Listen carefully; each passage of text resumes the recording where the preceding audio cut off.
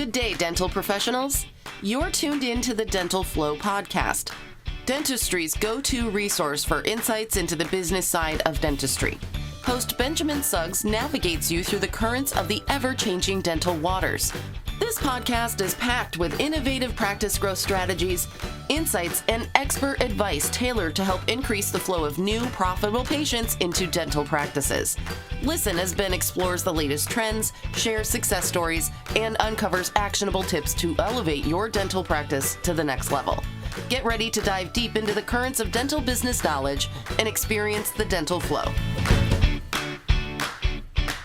Hello, and welcome back to the Dental Flow podcast. As always, I'm your host, Ben Suggs, and today we have a really special podcast episode for you. We've got an expert on the line talking with us today about dental practice transitions. Ryan LaPrad, welcome to the podcast. Thank you.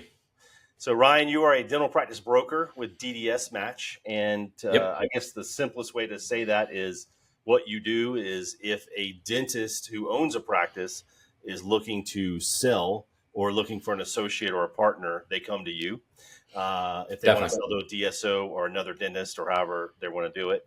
Or if a dentist who's an associate is looking for a partnership or an associate position or to buy a practice, they can come to you as well. Does that sum it up pretty well? Absolutely. Great summary. For people like me, I have to simplify everything. Otherwise, I won't understand it. So awesome. So, Ryan, give us a little bit about your background and how you got to become a dental practice broker. Yeah, sure.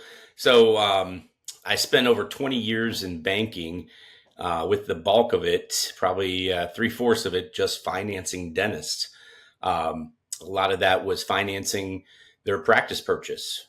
Sometimes it was a startup. Sometimes it was a doctor looking to relocate or expand. But I learned a lot about the finances of a dental practice and especially when you're looking at purchasing one. So after 20 years in banking, I decided to split off from the bank and get my real estate license. So I'm a licensed real estate broker in the state of Tennessee and the state of Alabama. And essentially bought a franchise, a couple of franchises with a business partner and started selling dental practices. And it's been about 7 years now. We've transitioned, 150 practices or so.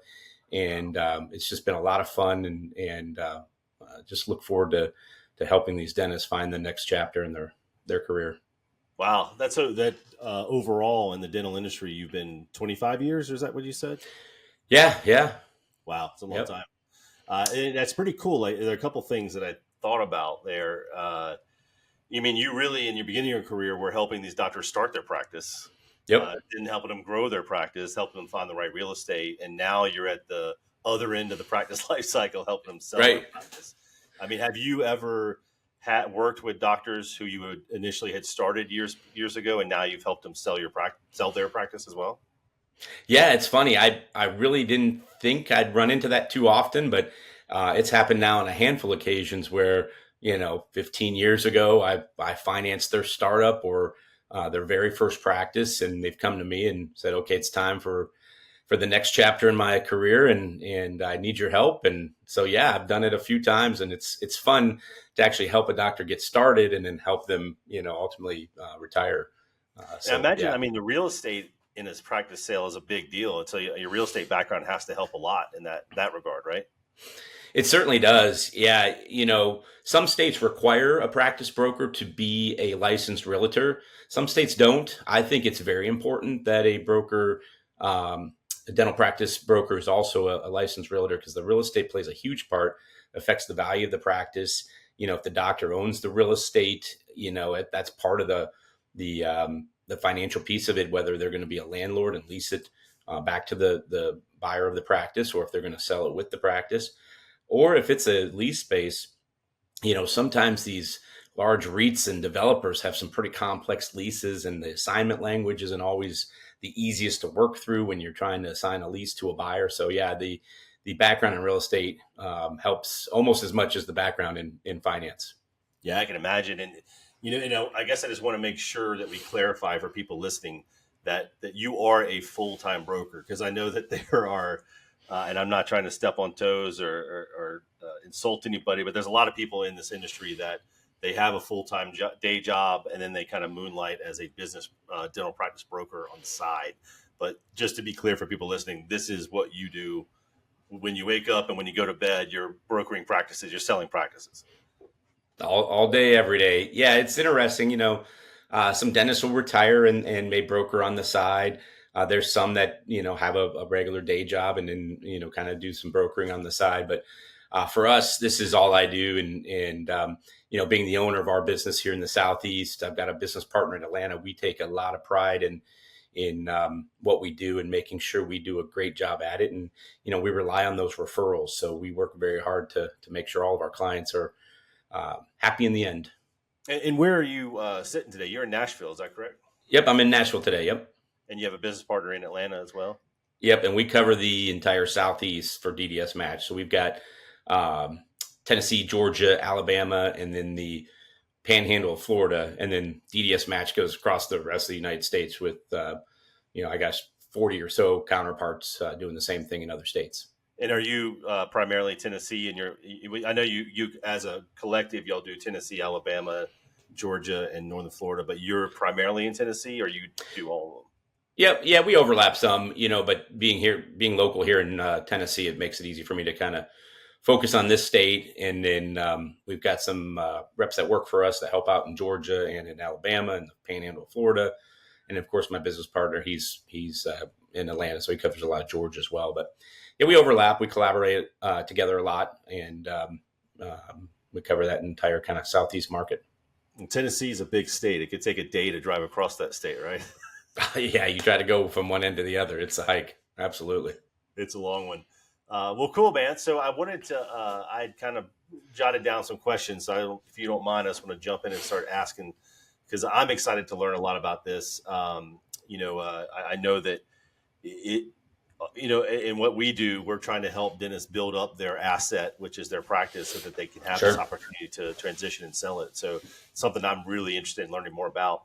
But one other thing I want to ask you about, so I read recently about, you can give us more information. I think the FTC ruled something about non-competes, which I think might affect dental practice owners. Can you talk about that a little bit? Yeah, so it's actually something we've gotten asked a lot about lately. At first, I always recommend they talk to their attorney, because that's going to be the best source for this type of information. But for the most part, they've come out with something that non-competes are basically no longer legal. And a lot of dentists have wondered, okay, is that going to affect me selling my practice?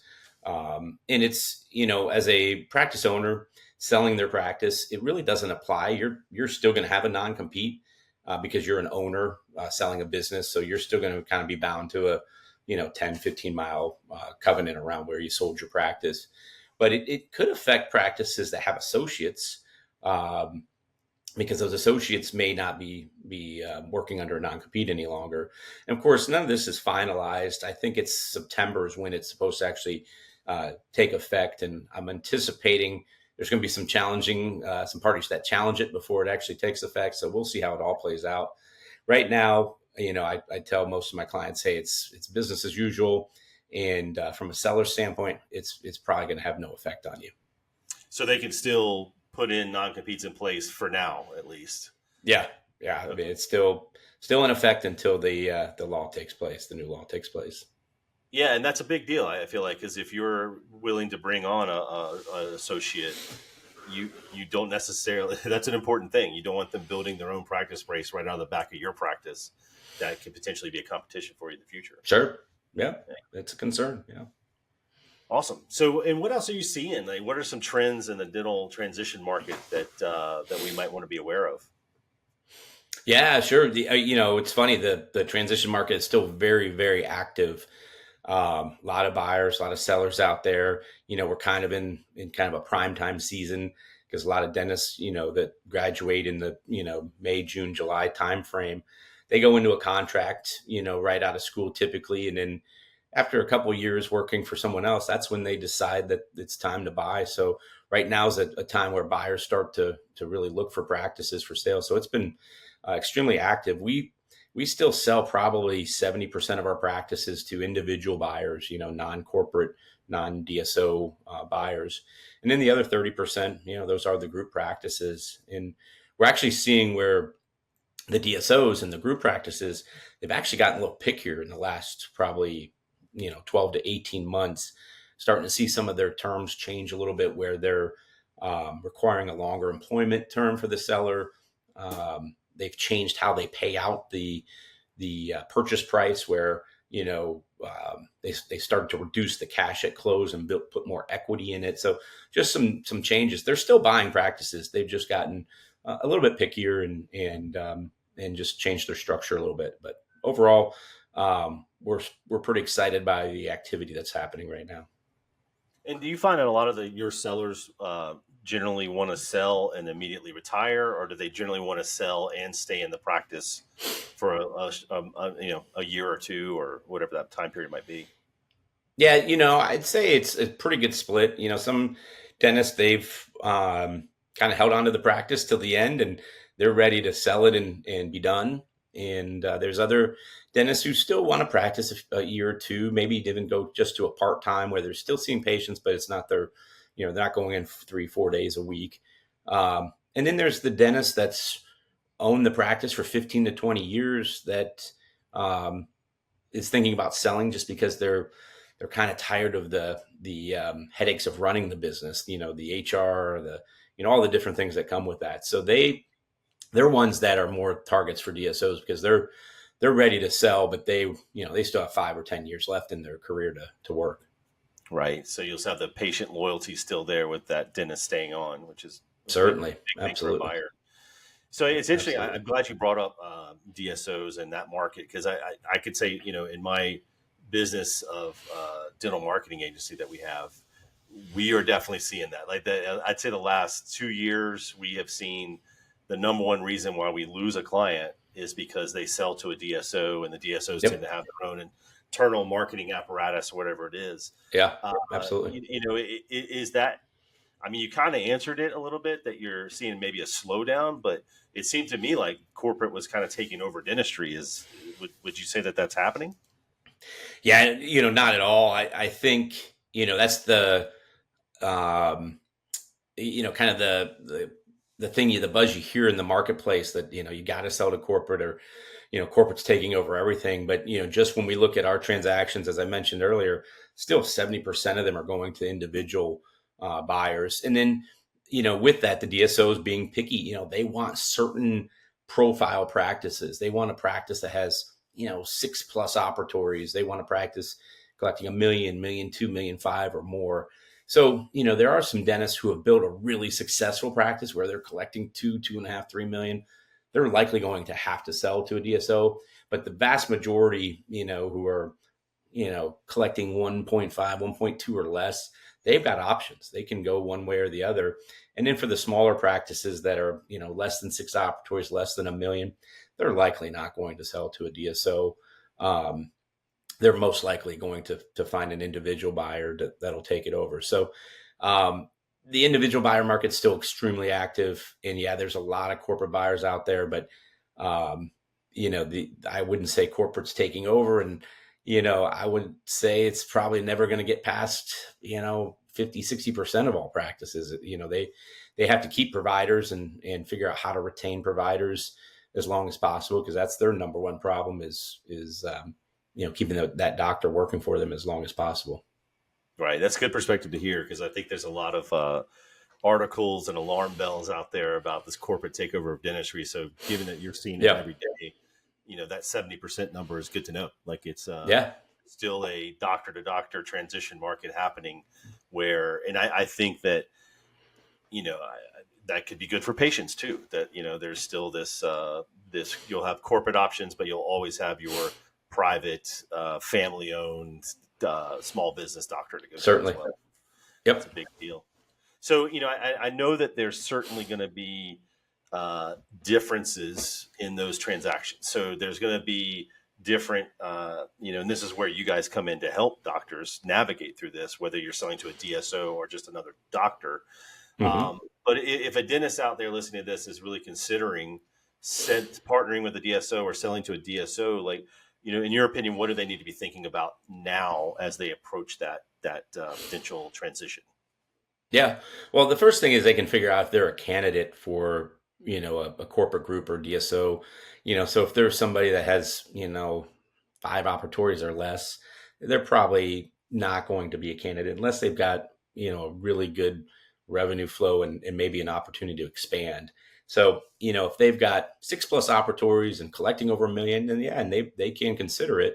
They have to realize that the way these deals are structured, they're very complex. It's not something where you get all your money up front. There's a portion of cash that's paid up front, and some of it might be retained as equity. And then there's different types of equity. There's holding company equity, junior equity in the practice. Then there's sometimes you have a seller note, earnouts, all these different things that make up that purchase price. So, and then you have to understand you're going to be an employee for the next 5 years. So that's a different mindset when you've owned your practice for 25, 30 years. And now all of a sudden you're an employee.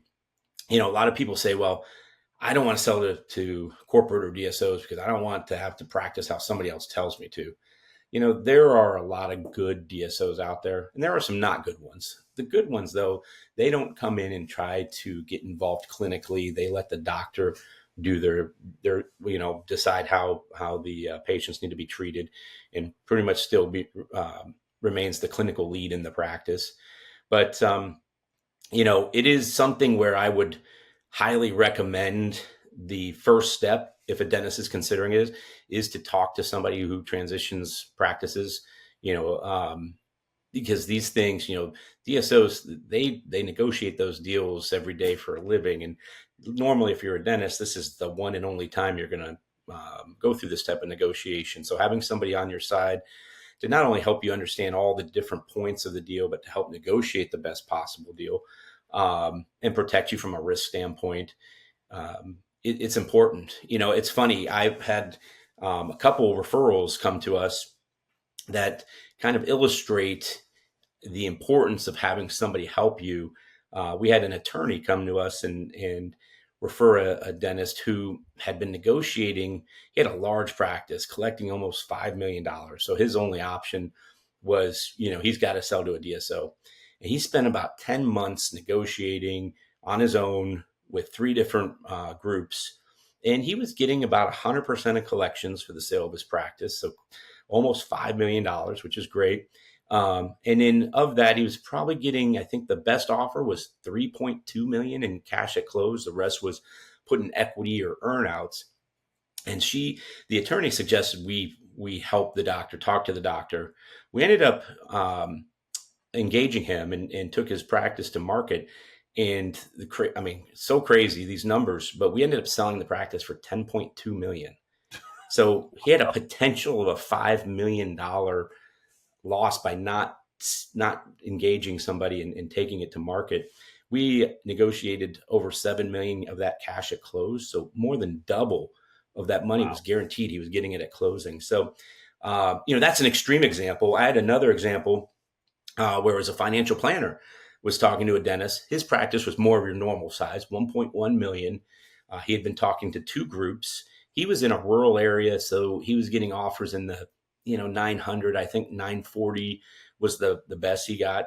In the financial planner, he advised, hey, why don't you talk to Ryan, see if he thinks that's a good deal or not. I suggested we take it to market and see what, look at a much larger group of buyers. And we ended up selling his practice for $1.4 million. So just that, in that example, that was $500,000 of money potentially left on the table. So, without taking it to market and really understanding what's out there and knowing all the finer points of negotiating this, you just don't know. And that's why I think it's important. People are concerned with the cost of hiring a broker versus doing it on their own. And, typically it's far more expensive not to use somebody. Yeah, I mean that you said. Like, I was thinking about that phrase while you were saying that about you don't know what you don't know, and that is it applies in so many different areas of life. But this is a big one. You've worked your whole life building up this practice. Sir, leaving $5 million on the table is huge. Unreal, absolutely. And it's Absolutely. interesting when you say, like, when you guys take it to market, that's another way to think about it. Like, you are opening it up to such a larger pool of buyers by listing it for a doctor versus that doctor was talking to 3 groups and you probably opened it up to 50 plus groups. Oh yeah. It's done in a very confidential manner. And you just, there's so many buyers out there from the corporate level, so many different types of groups, and all of them have different motivations. You might have a great practice in, let's call it Nashville. Well, you might get some very good offers from some groups in town, but then you might have a group who doesn't have a practice here that wants to be in Nashville, and they'll pay a premium just to be here. So you didn't know they were wanting to be here until now. So you just never know the type of buyer and what's motivates them and what's important to them. And sometimes these offers can turn out to be very lucrative. And, also a lot of it also comes down to personality match and culture match to make sure you got the right fit. But we do a good job of helping vet that on the front end. That's really amazing. I can't even imagine. I imagine there's going to be some dentists listening to this who sold their practice, and they're going to be thinking, like, how much money did I potentially leave on the table? That's the sad part. I've seen it a number of times, and yeah. So, the next question I wanted to ask you, and I think I would answer it, that they should just call you. But what best advice would you give to a dentist who's approaching that transition period and looking to sell? I'd say they should call you. Well, no, we would love that. Absolutely.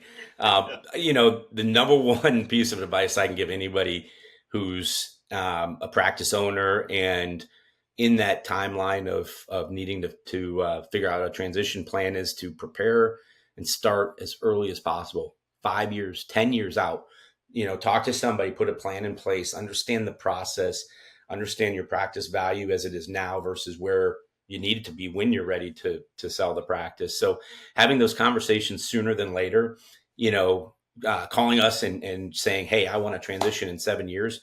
I'll sit down with you, I'll talk you through where you're at now, where you need to be, things you can do with your practice. We want to help coach you to make sure you're in the best possible position when that time comes.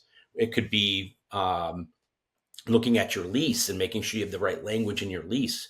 We've had situations where landlords have controlled the sale of the practice because they simply didn't have assignment language in their lease. The dentist didn't know. They signed this lease 5 years ago. They got 10-year lease and you can't assign it when then the landlord controls the sale. So we can, see those things much sooner than, getting to the closing table.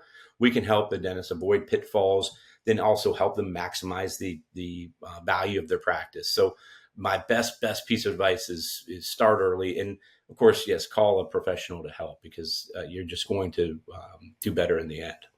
And you guys, I saw on your website, you guys will do an evaluation for free, like at no charge, an evaluation of a doctor's practice to kind of maybe proactively answer some of these questions for them about things that are going to be a pitfall or things they might want to correct or change.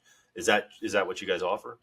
Yeah. It's not to be confused with evaluation. There's a practice valuation and a pretty complex in-depth report on calculating the value of the practice. But looking at an evaluation is just kind of more of an opinion of, okay, here's some things that you need to look at. Here's what I think your practice is worth now based on some, looking at some financials. Here's what some things you can do to affect the value to help it. Just kind of going through the whole process. So just evaluating where they're at and helping them guide them to where the right plan is, the right path is for them. And then ultimately at some point, we will need to do a full valuation of the practice. But at any time, absolutely call us and we'll talk to you, meet with you and do that kind of complimentary evaluation. Awesome. Yeah, that's really cool. So I want to make sure we talk to the young doctors out there as well, because I know you guys also work with buyers.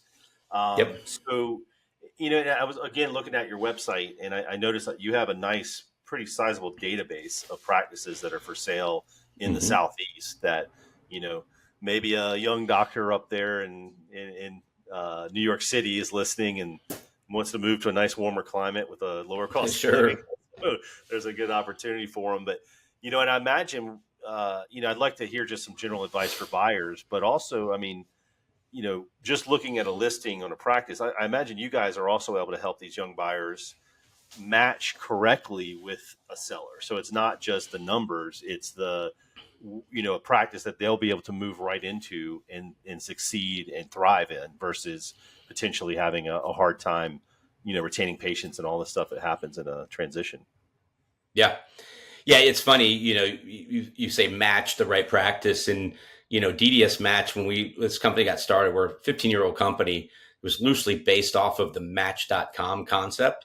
So the idea is these young buyers, whether they're in school, in a residency, or a few years out working as an associate, they can fill out or in the military, they can fill out a profile for free at any time. It says, okay, in 2 years, I want to be in the Southeast. I want to buy a practice, or I want an associate position, or I want a partnership, whatever it might be. I pick these areas, and that profile gets created, and it's in our database. And then when we meet with the elder dentist that's ready to transition, we create their profile, and it automatically looks for matches and see, okay, hey, we've got a handful of buyers that match this practice, or hey, buyer, here's a couple practices that match your profile. So we can then get involved and vet it a little bit deeper to say, okay, here's some more details about the practice to figure out if it's truly a fit. But it's a great way to kind of automate and make sure we've got a way to really show as many opportunities to these young buyers as possible, and vice versa, as many buyers to the practice that's selling or looking for an associate. We keep talking about buying and selling, but we also do the associate placement, where it could just be, hey, I'm graduating from dental school in June and I need a job in Nashville. You can create your profile and we'll try to find that. And most of these, when we place associates, most of these are not corporate practices. They're family type practices. The corporations, they have their own recruiting departments and do all that themselves. So normally we're more matching up private practices to these young doctors. But, from your original question, kind of what can a buyer think about or should do, right now is, obviously having a profile out there is great. But kind of do your homework, get ready to buy a practice. If you're looking in an area that's a hot market like a Nashville or an Atlanta, where practices, they turn quickly and there's usually a lot of buyer activity, you want to be as prepared as possible. So you want to be pre-qualified with a lender. You want to understand what practices fit your opportunity and what you're looking for, from a size, from a growth. It's funny, I always hear young buyers, they always want a 5-op, 6-op practice. And, they don't understand that, there's a lot of successful 3 and 4-op practices out there that, maybe they're not as big from a revenue standpoint, but they actually are more profitable from a take-home income standpoint. Because when you get a 5 or 6 operatory practice, what are you getting? A lot more overhead, more employees, more real estate, So, think about what you're really looking for in a practice, and maybe not so much get bogged down with the 5 or 6 ops or that type of thing, but really look at, okay, what can you do with this practice from your income, your take home, and your lifestyle? I mean, if you want to go do 6 operatories and collect $1.5 million to make, $500,000, or if you want a 3-op practice doing $1 million, making $500,000, you just kind of weigh out and look at it. And we're here to help guide you through that and talk you through that. We want to help you understand, how a cash flow of a practice works, and, the different type of opportunities that are out there. Rural practices are another one. We see so many dentists, they want to be in the big city. They want to be in the Nashville or the Atlanta, but right. You go an hour and a half outside of these cities, and you're getting practices that are, they're great. They're much more profitable. They have lower overhead. They don't have any competition. They have very loyal patients. So think about that. If you can target a rural practice, you are going to be ahead of the game for sure. Definitely. We see that in our business for sure. Like, we have a doctor that they want to open in the nicest part of town, and there's already 30 doctors there. There's already 30 dental practices operating. But I always tell them, like, no, just live there, but you commute 1 hour outside of that city, and you're going to triple that practice in a couple of years. So, and we've seen that. We've seen doctors buy practices in rural areas and double it within a year. They're amazing opportunities, and I just wish there were more buyers out there that were open to them. Sure. The allure of being in the city, there comes some sacrifices with that, I guess. And when you can go rural, you're put yourself in such a better position. Oh yeah, for sure. And I'm glad you brought up the revenue too, because it's funny. My cousin's an investment banker, and I just saw him this weekend, and I asked him like, oh, when y'all are looking at acquiring a business, what's the revenue cutoff? And he said, oh, we don't care about revenue, we care about EBITDA. That's what we look at. Yeah, exactly. What is that bottom line? It ain't production; it's how much you take it home, which is really the most attractive thing. So certainly, great advice. Yeah. Well, awesome, man. Well, I really appreciate your time today. We've taken up a lot of your time. But to close it out here, just let all the dentists out there know if they want to reach out to you, what's the best way to find you? Yeah, the best way is just to head to our website, to ddsmatch.com. We've got our contact information on there, all our social media pages. We're DDS Match South, so you can find us on LinkedIn and Instagram, Facebook. But yeah, the best way is the website, and I encourage any young buyer out there to fill out a profile when they get a chance. And any potential seller out there or somebody just wanting to prepare for their transition, go ahead and click on our contact information there, and we'd love to chat with you. Awesome. And definitely we'll be putting all that, your links and contact info in the show notes. So anyone listening, you want to contact Ryan, just look at the show notes and click on a link and you'll find him. Well, Ryan, man, thank you so much again for your time. This Absolutely. is really interesting stuff. Like I said, this is something that I'm always interested in, because I really just feel like, both buyers and sellers, like just a quick side note, like I've got these clients I was thinking about when you were talking, that they went to Rutgers Dental School. They were up in New Jersey and they bought a practice in South Carolina, and they're just killing it. And they're as happy as can be. It's a husband and wife team. And I just think that, that is really something, like you said, that a buyer should be looking for rural opportunities or opportunities outside of where they are. And for sellers, like, man, they've worked their whole life on this business and building it up. So what an amazing time to be able to really, get the fruits of their labor by selling it and getting the most value by working with someone like you. So again, man, thank you very much. And pleasure. We will talk again soon. Sounds good. Enjoyed it. Thank you. Yeah, thank you. Thank you for joining us for this Dental Flow podcast episode. If you enjoyed today's discussion and wish to stay updated on future episodes, please like, subscribe, and share the podcast with colleagues and friends. For more insights and discussions on dental marketing, we encourage you to continue riding the Dental Flow wave and tune into the next episode. Keep on smiling, learning, and flowing with the Dental Flow podcast.